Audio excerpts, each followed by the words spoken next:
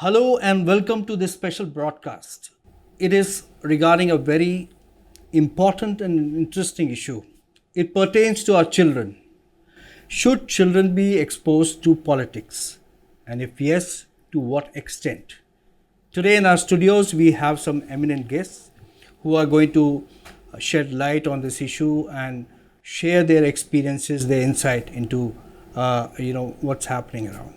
So I have with me Dr. Radhika Batra, who is the founder and president of Every Infant Matters, an NGO which is working in the field of children.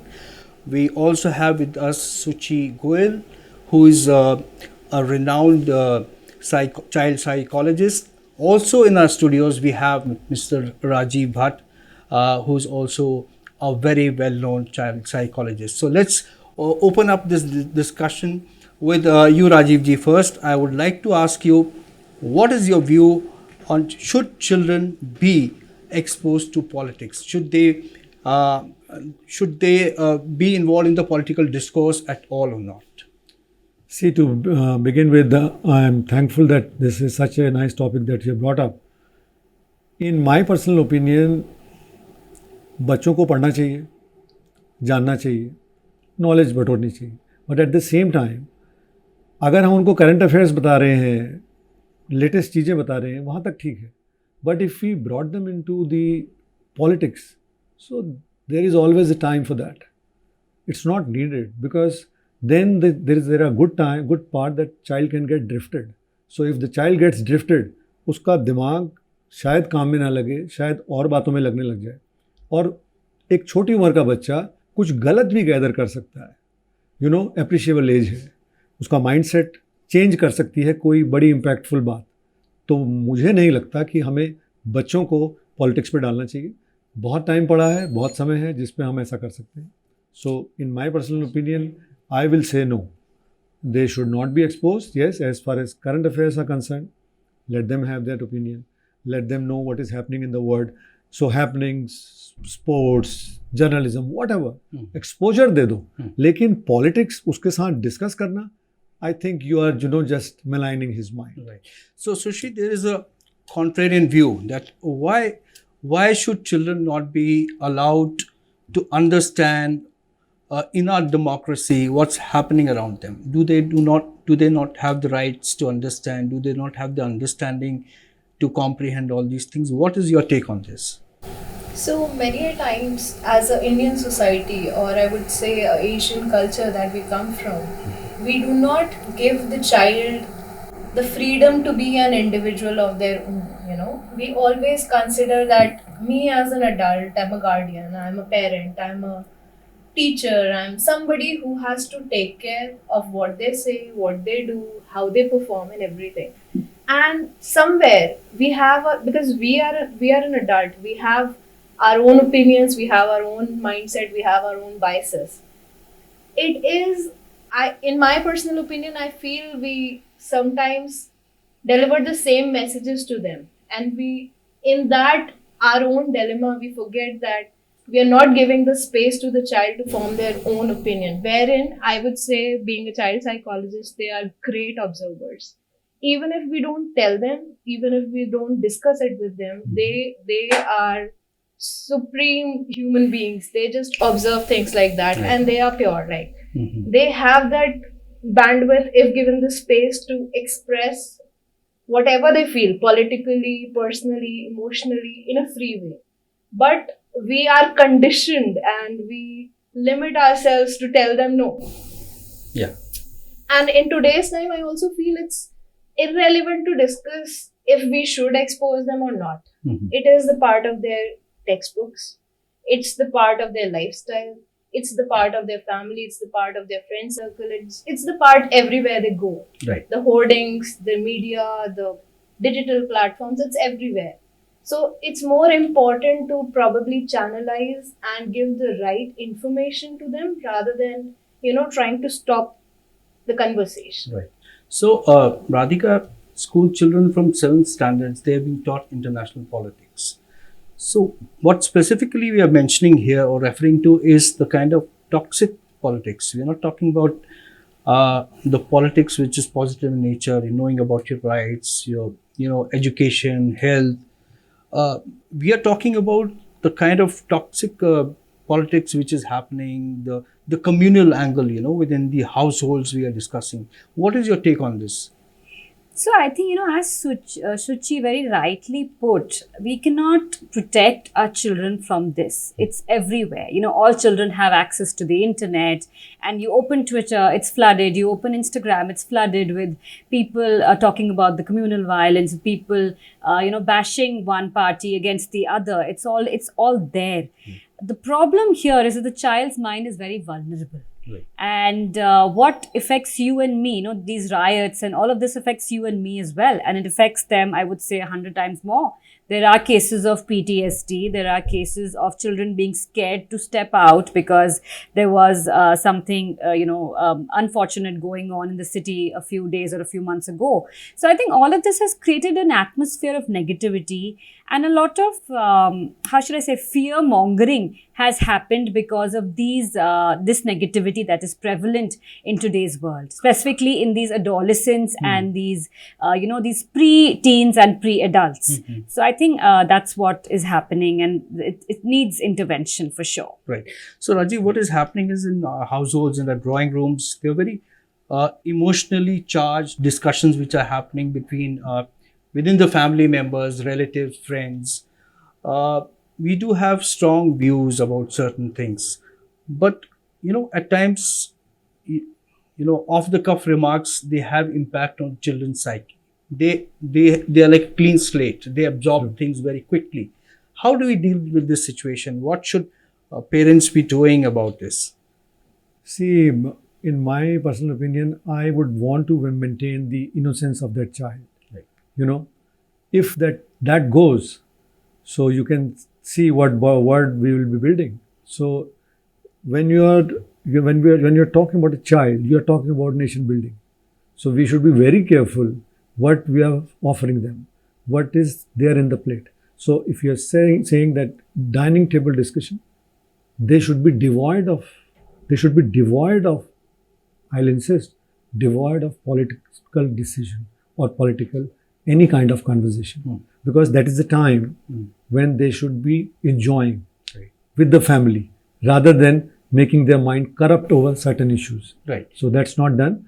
Parents should ensure that such moments should be family moments, they should be family time, and they should be discussing about what good is happening around, what's so beautiful present in the system, rather than this is not good, that fellow is not bad, or that fellow is good. So that all malign ideas or malice should not be discussed. When you are कहते ना जैसा अन्न वैसा मन, तो मन और चित्त को अच्छा बनाने के लिए आपको फीड भी उसको माइंड के लिए वो चीज़ करनी है जिससे कि उसका इनोसेंस बरकरार रहे, उसकी नज़ाकत बरकरार रहे और वो बच्चा ही रहे. बड़ी बात तो है ना, आप बच्चे को एड्रेस. एंड बच्चा, when you say child, you are talking about a nation and you are talking indirectly about word. Right. So if you want to spoil word, talk these things. Right. But Suchi, like Radhika said, that we ourselves are being affected, affected by what's happening around us. So at times it becomes difficult to, control yourself and let not your emotions or your opinions or views be expressed. How should parents be extra cautious about this? What should they be doing about this? What's your take on this? It's a brilliant question that you have put across. See, as parent, we always have the responsibility to do the right thing towards the child, because it's a decision that we made to bring the child in the world, right?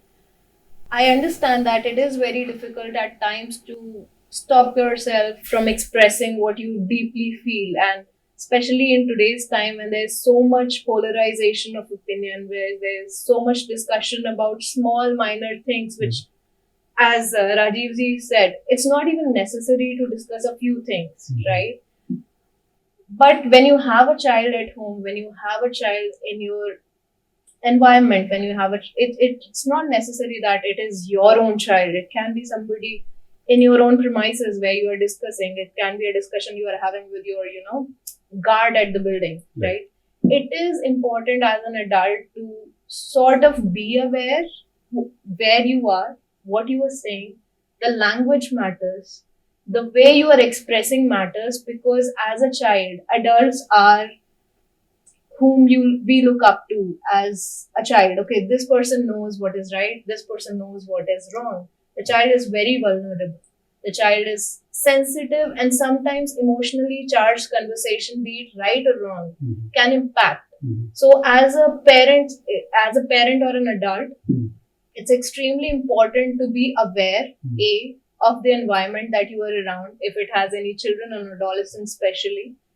Also, we have to be very aware. It's not just politics. It's a lot of things when we talk of inclusivity. It can be about certain caste. It can be about certain gender. It can be about a disability. It can be about anything. Right. So as an adult, for every parent or anybody who's parent or not, it's essential to be responsible for their own conversation, for their own languages, for their own way they express it. Right. So I think that is the foremost thing. Right. Radhika, there's one view that why not discuss things with children openly? And, there are good things happening, there are bad things happening. So if, you make up your mind, you decide, you become the judge and say this is right or this is wrong. And then you tell the child, okay, if this is wrong, you stand up against it. Irrespective of what is happening, irrespective of which community you belong, if somebody is doing wrong, you stand up against it. Do you think that sort of thing can be encouraged as far as children are concerned? So I think that's quite a tricky situation for any parent to be in. There's a lot which happens in the world. For instance, not just politics. If you think about COVID, there was a very big paradigm shift which happened in 2020, and kids were not allowed to go outside anymore. Now, to explain to them that there is a pandemic in the world and there is a life-threatening disease, that is also something that parents had to handle very delicately. Yeah. So I think that applies to all situations, and I think a very balanced sort of view, handled with a lot of candor, but at the same time in a very gentle way and very delicately put forward, could be the right approach here. So not again, like Shruti said, no harsh words, no vehement opinions, no raising of voices, and no display of overt emotions. I think that is what will work, and I think it has to be a very balanced sort of approach that is presented to them. Yeah. So Rajiv, now I would like to ask you, should parents be influencing their children's views, or rather, let me put it, should they shape up the political views of their children? No, I would say no. So I'll recite a couplet on that. एक बच्चा क्या चाहता है, उसका thought क्या है कि let me learn my self, ठीक है ना? तो उसका बेसिक एम बच्चे का यह है कि मैं लर्निंग चाहता हूँ, इम्पोजिशन नहीं चाहता. हम क्या कर रहे हैं, ऐसा करो, ऐसा ही करो. फिर उसके बाद हमारा ओपिनियन क्या है कि ये तो कुछ करते ही नहीं. भाई, हमें करने नहीं दिया गया, हमारी थॉट को सुना नहीं गया. क्यों? हमें आपने कहा कि यही ठीक है. सो सेल्फ लर्निंग तो हुई नहीं. So when you are not allowing a child to bloom, how that will happen? Right. पंख ना दो, परवाज तो दो, मेरे कांधे पर एक हाथ तो दो, मुड़ तो मैं खुद ही जाऊंगा, मुझे मुट्ठी भर आसमान तो दो. Wow, बहुत खूब. So now let's go back to what Suchi was saying earlier about this political view. So what could be done to give children? You see, children also have their rights. There is a convention for rights, for international convention for children's rights. So they should also be allowed to, to allow their mental growth to happen. So what should parents do? Should they let them be? Should they let them go read what's happening in media? Should they make children should have their own impressions and make up their mind? How should parents go about it? So again, I would say the same thing. Do we have the bandwidth to not expose the child? Do we really have that sort of control in today's period Right. and time? I think they will be exposed. No matter how hard we try, they will learn the information.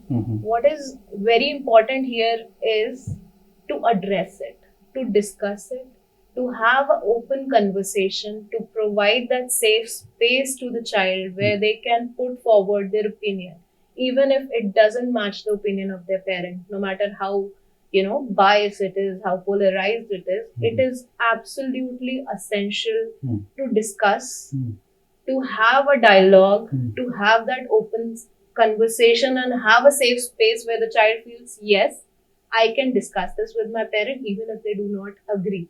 Because in the absence of such safe space, what happens is, as we all agree, adolescent, young adults, children, all are very vulnerable. Even we as adults, we watch movies and get so pumped up one day and next day we are puss, right? So it is absolutely essential to address, to have a conversation, to talk about different opinions, to be able to make a decision at all. Right. Until and unless we give them that space to think beyond their own understanding, to see beyond their own observation, there is no way that they will reach a point where they have their own opinion. Yes. Right. But tell me, children which are young, as in young, in the sense that they're too small to make up their mind. If sixth standard student is, you discuss politics with that boy or a girl, do you think that child has the ability to make decisions, or to,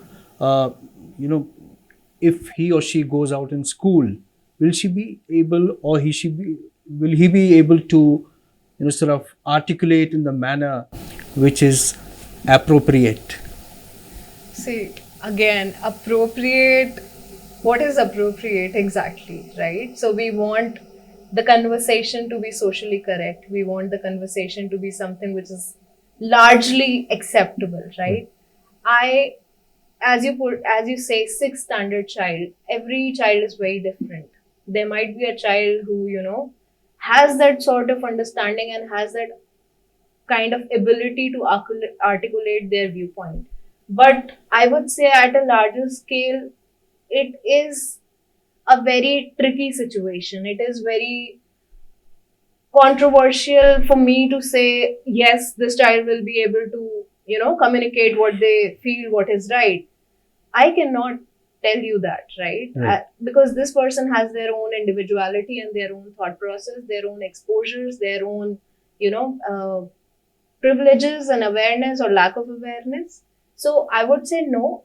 Maybe this child doesn't have that, 100% this thing. But all I mean to say is there should be a space where this person is heard.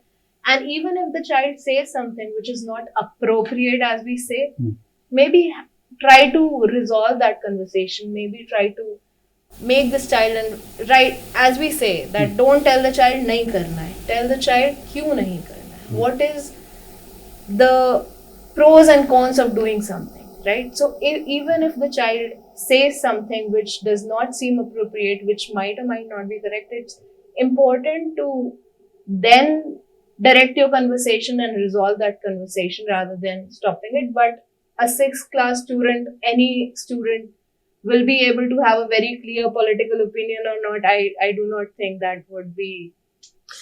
Radhika, I would like to ask you, what advice would you have for parents if there's a couple, a husband and a wife, and both of them have different views on a particular issue, and they are having a heated debate? What impact do you think it will have on the children's psyche, and how will it give them some sort of stress? You are not a child psychologist, but this is an open question I put to you. The discussion could be about anything. It doesn't have to be politics, and that will give them stress. That is an established fact. Parental discord, parental dispute amongst parents, a lot of turmoil amongst parents leads to a lot of psychosomatic diseases in children. It's a well-known fact. they develop unexplained tummy pain, they develop, sudden headache, they'll start passing, urine in their bed at an advanced stage just because there is a lot of stress at home. So any sort of heated discussion, of course, as a married couple, you cannot avoid it, but it should not be done in front of the children. And I'm sure the mental health experts would be able to shed a little more light on it. But the way I understand is that you avoid any sort of heated argument and any sort of altercation in front of children as far as possible. It just leads to a lot of problem. Yes. For their physical and their mental health, both. Because within the family also, you have husband saying, look, I like this political party. The wife says, no, I like this one. Or, whatever has happened is right or wrong. But Rajiv, I would like to ask you another question, which is very important, which is there have been several instances of bullying in school and other places where children have been put to very stressful situation. So what can be done about this, the kind of communal cauldron which is happening, it's all around and it's, affecting your mind. There's a lot of negativity. What is the role of school, the principals and the teachers, or what should the school administration do? Should they take some special steps to ensure that, this kind of thing doesn't happen at the school level at least? So I do a lot of workshops for schools on bullying. And we do a lot of training programs with young adults to understand bullying hai kya. At times, when you are just passing a snide remark, it's a bullying. I'll give you a very crude example. In one of the prominent schools in Delhi, the teacher used to say duffer to a child. One of the very prominent schools. And believe you me, till now, when he is a grown-up man, his number has been saved as duffer by his friend. And if you do not know, and if you don't believe, then what bullying is all about? You have traumatized someone, and the extent is so big and huge that he is not called by his own name, and he is saved by that name, even now when he is working. So can you beat that? And how? And teacher will say that I did it unknowingly. Definitely, you did it unknowingly. But what you have done, you don't even know that. Right. So when it comes to kids, at times, I don't want to mention it, but they are so ruthless. They are so ruthless that a child from their own community cannot survive with them. Right. I don't want to quote, but yes, it has been happening in many schools, and there are instances of suicide in schools because of bullying. So what can be done? With one of the few prominent schools, we made anti-bullying squad out of those kids who have been bullying others. So we made anti-bullying squads. Okay. And now the same guy in one of the good boarding who was bullying the entire lot is now managing them. So from bullying to managing. So from teachers to mentors. That's the role. So how you shift that, that's the idea. So school should do these kinds of training. So because even they need to understand that the shift is happening, as she said, that look, you can't avoid what is happening, what child is gathering. So where is the safe space? Exactly. Safe space needs to be created, and maximum hours of a child's day is in school. Right. Other than home, is school. And the learning is happening there. Whether it is good or bad, that we all need to decide. There can be good and there can be bad learning. So when the child is learning abuses, where is that happening? Principals, trustees and management should look into it. They cannot wash their hands off. नहीं, हमारे school में कोई गाली नहीं देता है. आपको तो टीचर गाली देते हैं भाई. आपके स्टाफ रूम में बैठ के टीचर गाली देते हैं. And but you don't want to address. because you have not visited your own staff room. You are sitting in your AC room. That's the problem. Why don't you take some rounds? This is the problem. There is no check. If there is a proper, thorough check, incidents can be avoided. There should be a team within the teachers on a round basis that some teachers will do on certain days, to cross-check, is our school inclusively safe or not? We are talking about NEP 2020, where inclusion is the big way, is coming in big way. But are schools ready with that? Just by making a ramp will not help. You have to build your mental ramp. Right. Are you willing for it? Then it is fine. Just by building one washroom like that or a ramp, that doesn't change anything. You need to change your mindset, change your ideology, and at the same time, be willing to accept that this is happening. It should not be like that. No, हमारे school में कोई problem नहीं है. We are the best. And the very next year, there is suicide happening. Then they say, oh, that was because the parent was not, not guiding, because both the parents were working. What is this? Every parent is working. School cannot wash their hands off like that. I'm sorry to say, but this is what's happened. कि आप दोनों काम करते हैं ना, इसलिए the counselor is saying, आप दोनों काम करते हैं ना, इसको कोई टाइम नहीं मिलता है. हाँ, आप दीजिए ना, आप तो अपने इनका काम कीजिए. The school also need to understand that there has to be a holistic way of addressing the issues related to mental health of the child, which is not happening in the school. Hence, here I'm talking about not IQ, but EQ. EQ of the child also gets spoiled and built up in the school system. So if the teacher or the counselor, I have heard special educators saying, sir, इसका दिमाग ठीक नहीं है, ये कुछ नहीं कर सकता. Now the special educator is saying such a sentence to the PTM, to the parent, and parent is rushing back to us, sir, what to do? But under RPWD Act, these things are all abolished. Right. So the school needs to understand, they should be sensitive. And another thing that I would like to mention from your space here, it should never be about sympathy.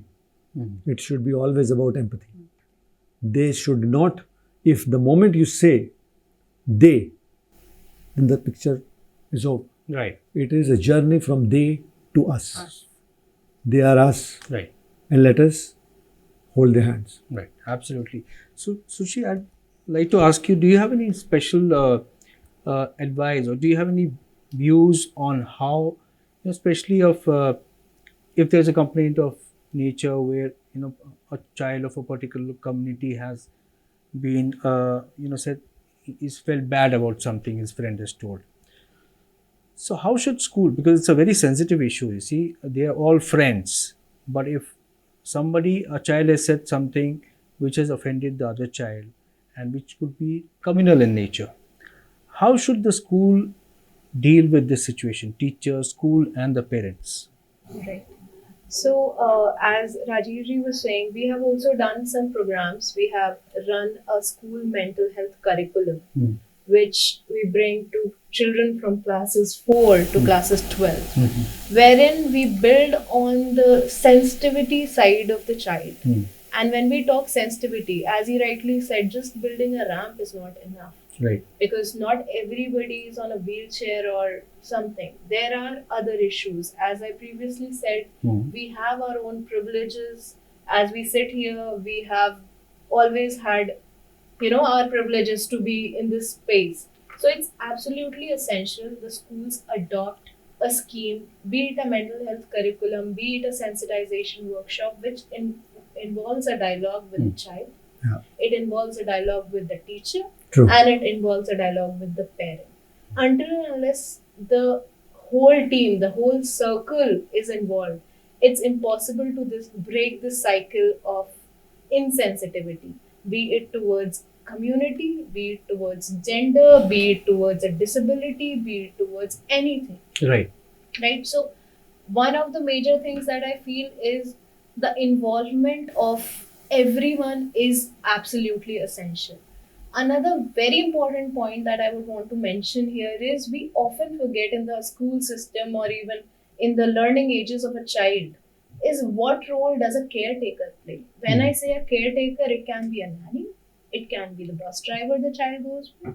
It can be the cleaning lady in the toilets for the school children. It can be anybody. So it's also absolutely essential to make them a part of this conversation, address the kind of issues they Yeah. have, the backgrounds they come from. Yes. Because if you are wanting a all-round holistic solution, you cannot just rope in the child and the parent. Right. It is the whole team that Mhm. makes the child. Mhm. So it's absolutely essential that if your bus driver is eating gutka and abusing on the road and driving rashly, and in the school you're doing all fancy things, you're teaching the child, you're telling the parents, you're having the conversations, you're giving the safe space, but then again, the child is spending 1 hour in that bus. Yes. What is the conversation? What Mhm. is the observation? What is the behavior? Right. So that is. Rajiv, I would like to ask you, for some schools I've seen are very, very, you take such complaints or, grievances very, very seriously. They are very, and they deal it in a very sensitive manner. But I wonder whether all schools or most of the schools are sensitizing their staff or they're doing something about it. What is your take on this? See, the awareness is definitely coming much better than what it was, Mhm. because the government is definitely putting clearly that inclusion is a part of it, Right. and you cannot say no to any child Mhm. having any kind of disability. Earlier, what was the scene that the child comes with a disability? नहीं, हमारे school में इसका provision नहीं है, इसको ले जाइए. Right. Without even, and at times, parents have felt humiliated. They were not even given the forms. Right. कि नहीं, आप कहाँ आ रहे हैं साहब, आप इसको स्पेशल स्कूल में ले जाइए. Right. So they have been told, and इस बात को कौन बोल रहा है? Mhm. The one who doesn't even know what mental health is all about. Right. Whether that child can be a part, उसका जवाब वो आदमी दे रहा है जिसको उस बारे में पता भी नहीं. Right. And the parents are subjected to this kind of thing. But now things are much, much better. Schools are opening up to the idea of inclusion. Right. There are provisions. Special educators are also present. But again, we have a long way to go, because when we are sitting here in Delhi, in the prime South Delhi, we can talk high and mighty about all Yes. this. But what about a school in Moradabad? What about a school in Muzaffarnagar? What about school in Gonda? Or what about a school deep down in Sitapur? Right. So I was just a few months back in Lucknow and other areas. So in the prime area, still the things are known. But if you go slightly down south, things are very, very Right. tricky, and people are not willing to acknowledge. Okay. And label and stigma Mhm. are the two things which are stopping the society to talk about it. Yes. But in metros, it is much, much better. Yes. Satellite towns, they are coming up. But yes, the interior, they need to be addressed. And government is definitely doing. Inclusion is coming in a big way. Once this NEP 2020 comes in complete totality, Yeah. scenario will be So different. yes, absolutely. So inclusion should be in totality. Yeah. Now, Radhika, I'd like to ask you. You are also from a generation which has not seen this kind of, polarization in the society which is happening, where on television all the time, when you switch on your TV, you're watching toxic debates. People are always fighting with each other on communal issues, on this issue and that.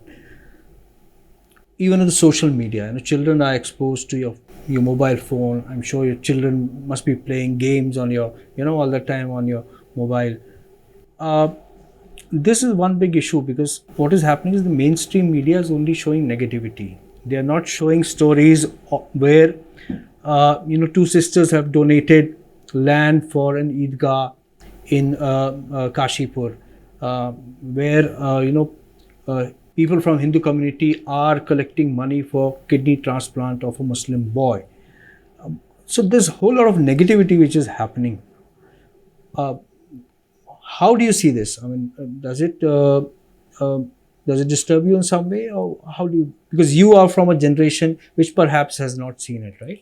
I think, even as an adult now, it's extremely disturbing to open social media and then read about, a gang rape which has happened somewhere, and then that having a communal and a political angle.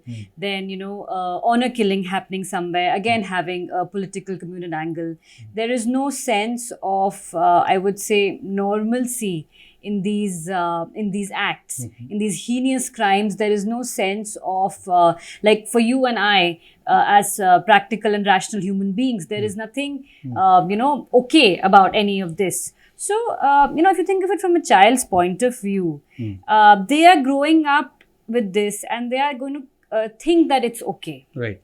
So that is unfortunate, and that is extremely alarming. I would rather, there be some sort of filter onto all of this information that is available. Of course, like Suchi said, it's not possible, but I would really prefer. So I don't have any kids of my own, but if I were to have kids, I would prefer there to be some filters to the kind of access to information that they are going to get, Right. and the quality of information that is going to be given to them. Now, there Right. are certain schools which have newspaper programs, because I remember in my school days, there used to be Times of India and everything coming. And I remember there used to be certain pages which were removed, very strategically removed. That, this information is not for children.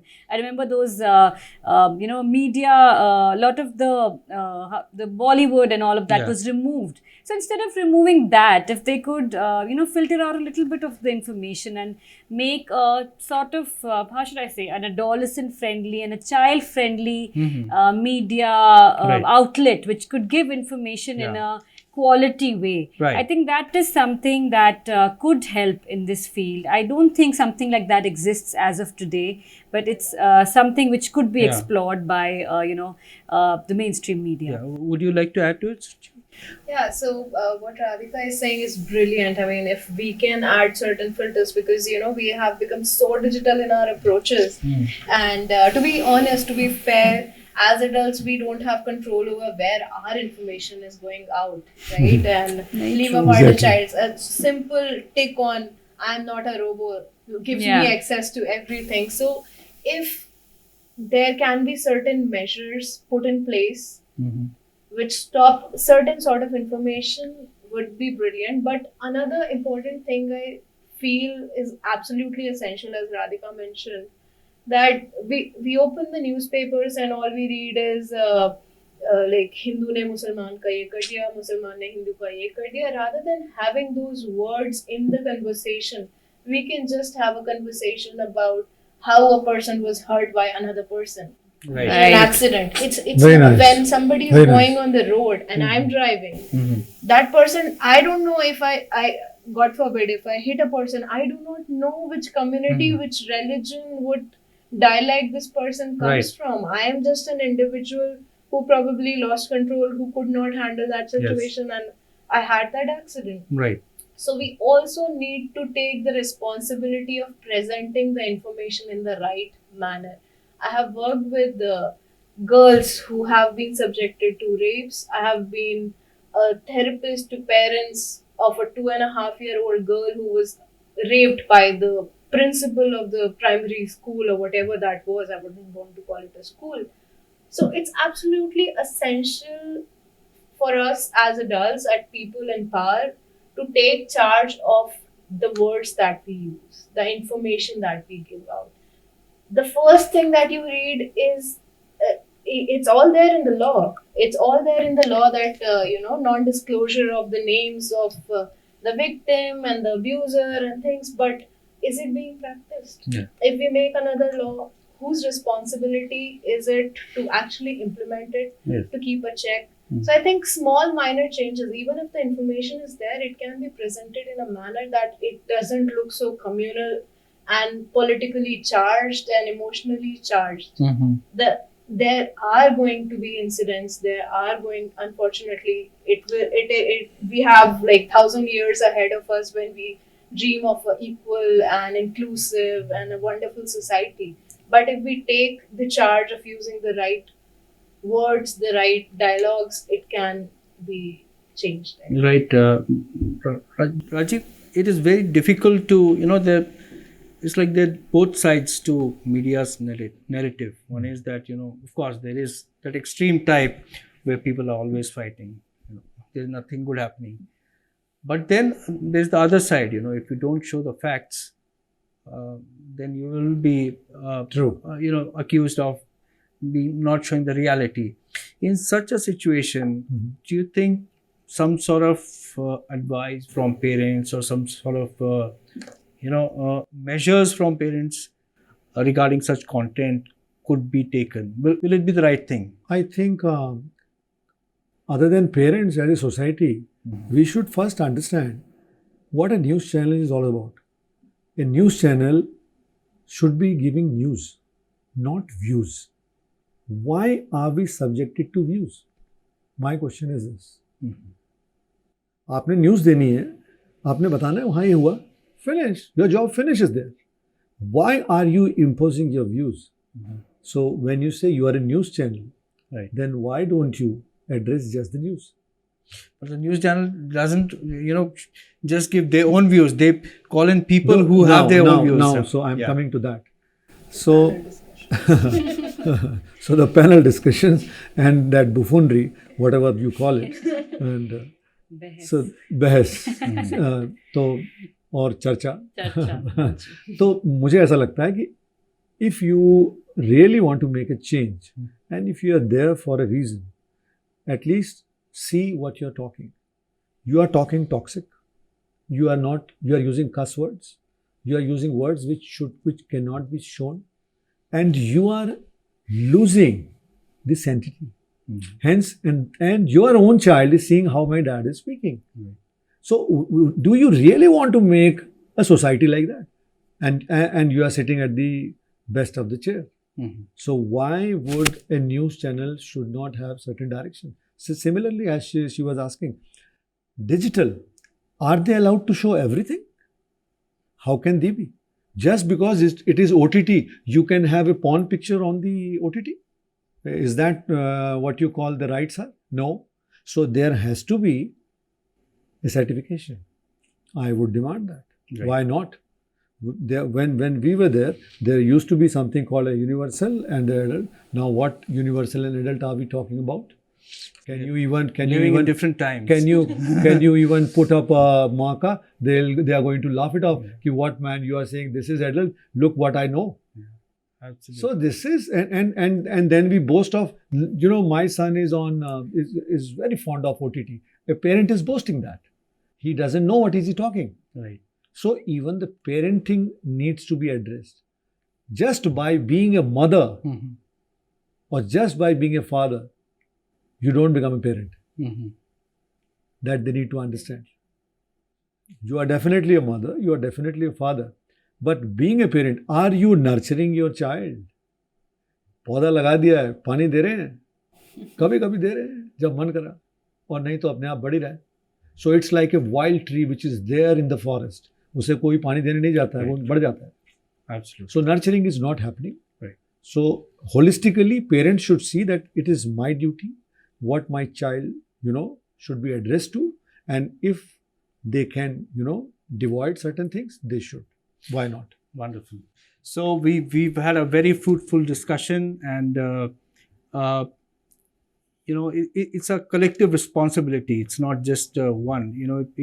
We as parents, as brothers, sisters, as society, as community, schools, teachers, the government, of course. So we all have to play a role. So without being didactic, I want to say that we should reach equality sooner than later. Like Suchi was saying, it will take ages. It should not. So we are living, there's still hope. We are living in times of polarization, but we certainly would not want our children, the next generation, to live in the same kind of hell. I would like to thank all my guests, Rajiv, Suchi, and Radhika, for being part of this discussion. Thank you very much. Thank you.